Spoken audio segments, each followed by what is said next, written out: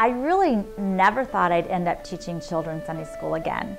I taught Sunday school, children's Sunday school. I did Glorify, all those things. When my daughter, Megan, who's now 30, was in there in those grades. And I loved it, and I was teaching school then. And then I discovered adult ministry, and I thought, this is where I'm going to be. Well, the last several years, or the times, my conscience will be nudged when the word comes out, we need Sunday school teachers. And I'll say, no, you've already done that. This fall, I was at church for some total other reason, and Whitney Gibbons was putting up a tree in the hallway to start off the KIC program. And Kevin, Reverend Kevin, came out and said, you know, I thought we had our Sunday school teachers lined up for the fall, and someone has just had to back out for reasons from teaching 4th and 5th grade. And there was that little voice in my head, nope, you can't do that, you've done that, you're on to other things. And for some reason, I couldn't say no. And I just thought, I can't add in one more thing. But God is pretty awesome, and He just said, Karen, you need to do this. And so I'm standing there unprepared to say yes, and said, yes, Kev, I'll do it. I'll be there this Sunday, and I'll take this class.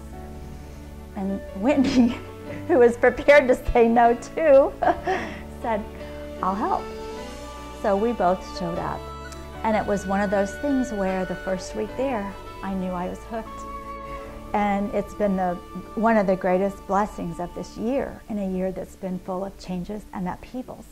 I've come week after week, and there's been a room full of rambunctious, enthusiastic, fun-loving, talkative, curious, delightful students who fill me each day and give me something to laugh about and something to think about. They've shared their hearts. We've had some tears in our class. We've had lots of fun. We've had kids open up.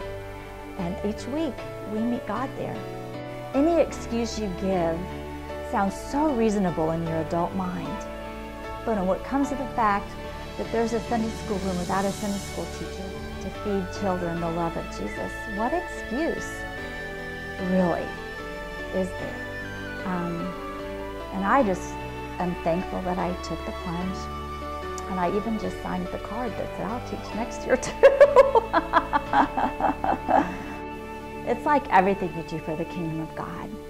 You get back so much more than what you give. Perfect. Is there anything that you can think of that in talking with Mary Beth